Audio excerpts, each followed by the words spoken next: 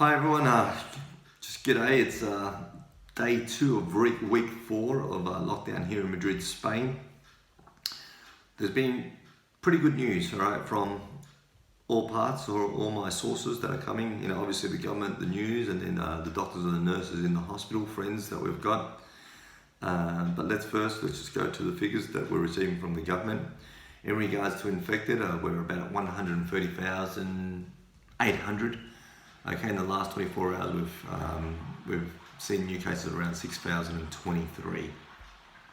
In regards to death, 12,418 deaths. In the last 24 hours, 674. Now that's just brilliant news, okay, compared to the figures that we had during the middle of the week. Okay, we've declined there, and it's just really good work. I suppose just to wrap that part on, we've got to look at the recovered, okay? The recovered, we're at 38,080 in the last 24 hours. It's been 3,861. All we can say there is thanks to the doctors and the nurses who are in the hospitals, okay, who are treating their patients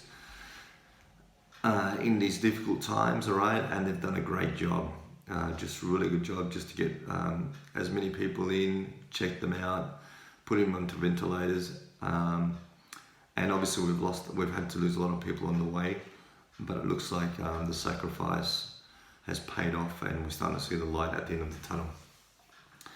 Just to sort of put it in layman's terms, I'm sort of telling friends this is like working in a restaurant. You're hitting the peak hour, you've got people who are sitting at the tables, you've got people at the bar who are waiting for a table, people at the table that are trying to get served, they're complaining because the food's not coming out. The people at the bar want a table, but they've got to wait for the people to finish, and blah, blah. Okay, and we're starting to see that moment where the people at the bar are starting to sit at the table. Okay, tables are being freed up. They're sitting at the table, and you're looking at the front door and there's no one else walking in. All you see is people walking out, and that's where we're getting at the moment. From our friends who are doctors and nurses who work in the hospitals, that's where I'm trying to, let's say, take the positive out of everything that's happening. Not that the government figures are not reliable, but it's better to get your information straight from the sources, okay, who are there at the front line and sort of can give us their experience or their opinions, okay. And the first thing this morning, we received really good news, okay. We had a nurse who called us up and who wrote a WhatsApp, and she said, all right, when she walked in this morning, normally there would be people sitting down who had been there for about 24 hours waiting to get some sort of attention or to be looked at, all right. This morning they didn't have anyone, okay, so really, really good. So just imagine going to the hospital, you've walked in, and all you're seeing is people, waiting to be either put into the ICU or put into the hospital, depending on your conditions and whatever, okay, so it's really good. In regards to the emergency area, they would have 50 people as soon as I walked in the morning, just there in the ventilators. This morning they only had 15. So, it's not even promising. This is just outstanding more than anything.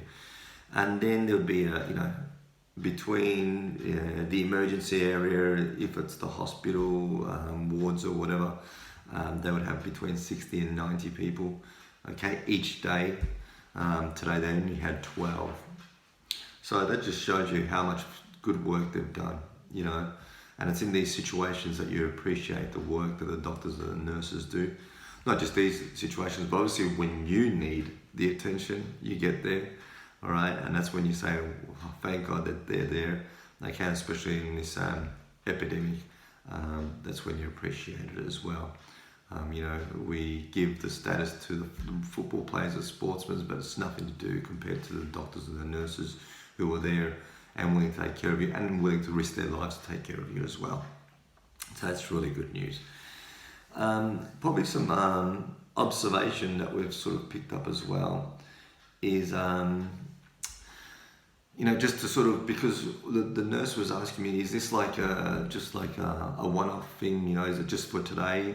even though we've seen it drop in the last 2 days, but I suppose by the figures that she was telling me, she was really happy to see that as soon as she walked into a shift. Is this just like something, just today, or will we see this in the long run?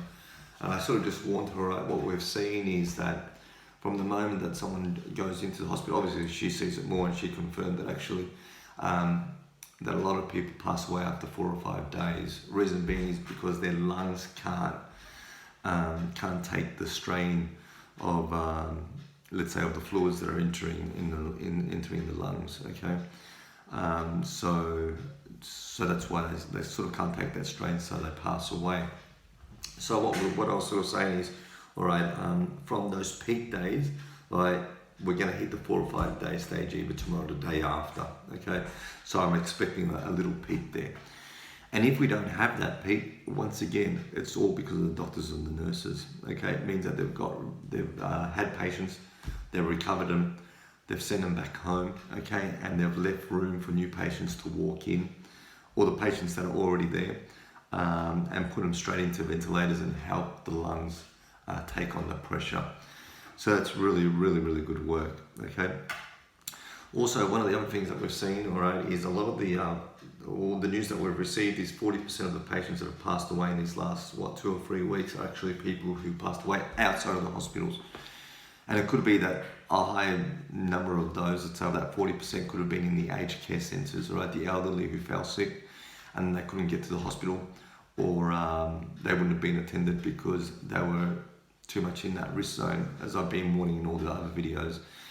Okay, so now since they've freed some of those ventilators, it could be that they could pick up some of those elderly in those aged care centres and take them to the hospital and give them that attention as well. So in all fronts, if we have less people going to the hospitals, if we recover more people, we're then able to get people onto the ventilators, and that's all thanks to the doctors and nurses once again.